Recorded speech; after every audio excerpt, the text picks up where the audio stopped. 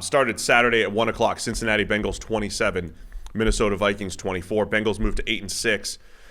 Vikings fall to 7-7. This game went to overtime. It was one of the more exciting games you could expect. I know we keep joking about, hey, Jake Browning as a backup. Dude's playing some pretty good football. It was a little up and down in this game, but Browning has played great these last few weeks.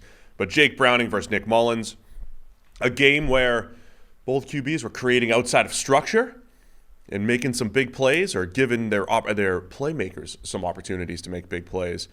A couple crazy interceptions from Nick Mullins, including one of the craziest of all time. Your thoughts here on this 27-24 Bengals victory on Saturday? Absolutely one of the most remarkable interceptions the game has ever seen. Tries to just throw the ball blindly out of his grasp as he's on the way down and ends up throwing it right into the face of the guy trying to tackle him. That itself would have been quite remarkable if the ball just like ricocheted from B.J. Hill's face mask into his hands. But it didn't just do that. It ricocheted face mask back into Nick Mullins' backside and then back into B.J. Hill's hands. And then he sort of spooned it upwards and had to like dive and retrieve it again. So it ended up being like a butt pick, but from the quarterback point of view. We've had the butt pick before where it landed on the buttocks of Marshawn Lattimore and was intercepted by Marshawn Lattimore. This was one where a guy threw an interception off his own ass.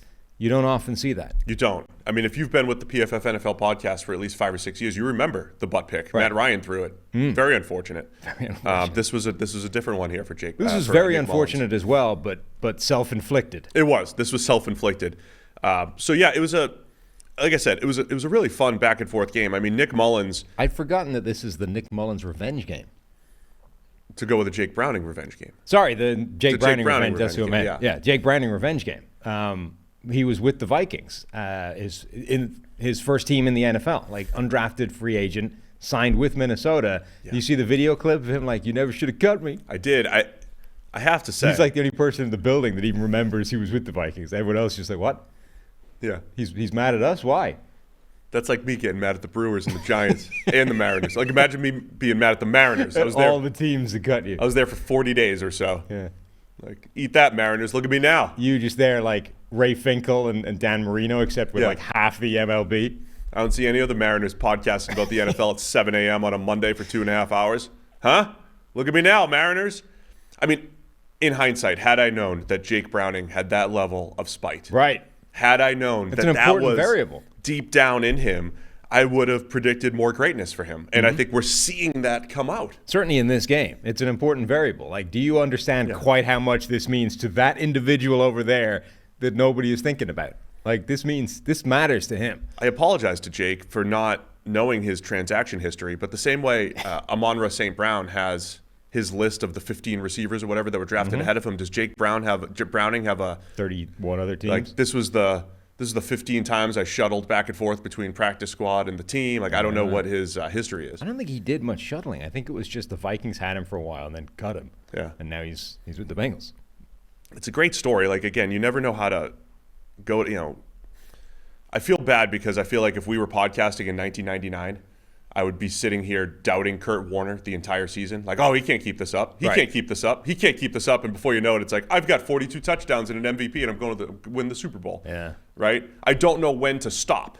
No, it's, I think that's a reasonable thing, though. Like, we've seen it so many times. Like, 1 game, 2 games, 3 games. It's all kind of meaningless. Guys can have those runs and then a switch flips and they're back to being whoever the hell they were before that. On the other hand, at some point, every single player that comes out of nowhere and plays really well from the get-go is going to have that run, right? And at some point, you cross over between this is too small a sample size, it means nothing, to actually, you know what, it is for real. And I think the problem is a lot of people want to jump on that immediately, right? Like the Shouty Show thing, the 1 week, whatever the last thing we saw is, that's what we're going with today. Like, those guys will, they will always seem like they're first because they'll think that way with everything, right? Like, no matter who it was was amazing this week, therefore he's the next Kurt Warner. Like, yeah, but most people will therefore the next week be crappy and it's not real. But at some point there is that crossover line where actually this is legit, this isn't going away. And like, who knows where it is for Jake Browning, but he basically had, one rough start. The very first game they threw him in there against Pittsburgh. Yep. And since then he's had 3 good games, one of which was outstanding. And even in this game, this was a weird one because he had It was 17-3 going into the fourth quarter, by the way. Yes. 'Cause I wanna- big comeback, 14-point comeback. Like the Vikings had this game in hand, and it was a big comeback. He also missed a touchdown early to Charlie Jones where he had a total coverage bust by the Vikings defense. Charlie Jones running free, and he just overthrew it, couldn't get it into his hand. So he had a bad interception in there as well. So he'd like missed some throws, had a bad play, and then when Spite was on the line late in the game, needing a 14-point comeback, he ends up getting it done. Yeah, he hits T. Higgins in the back of the end zone for a 13-yard touchdown, and then they come back. Joe Mixon scores, so they make it goes to 17-17. But then, this is what I'm saying, it goes back and forth. Nick Mullins leads the potential go-ahead, or leads the go-ahead touchdown drive.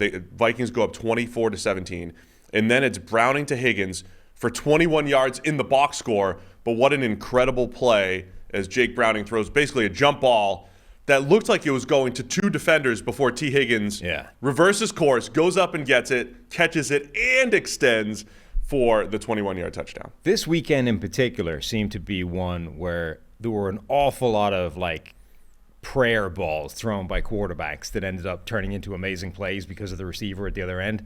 This was a great example of that. There were a few plays in this game where Browning kind of gets out of pressure and just heaves one up, and somebody goes to make a play. None more spectacular than this T. Higgins one. This was an all-time great play by T. Higgins. Now, maybe it's like Saturday in week 15 in an NFL season. It's like, like the situation isn't amazing, right? But in terms of what he actually did, and in the game situation, he goes up and absolutely mosses a guy who had position on that football, took it away from him, got his feet in, which is the first part that you don't even think about. He got 2 feet down on the sideline, which itself was notable. And then whilst falling over the sideline, one-handed just swings the ball back behind his back and extends it over the goal line. Like, you hear offensive players say, never extend the ball over the goal line because if you fumble it, it's a bad thing. He does it, like, backwards while falling out of bounds. Unreal. Absolutely ridiculous play to end up scoring a touchdown. Yeah, it was an incredible play because he's got full body control, and he already has great length and just used every inch of it on that play to tie the game, and then in overtime, Bengals get the game-winning field goal to win 27-24.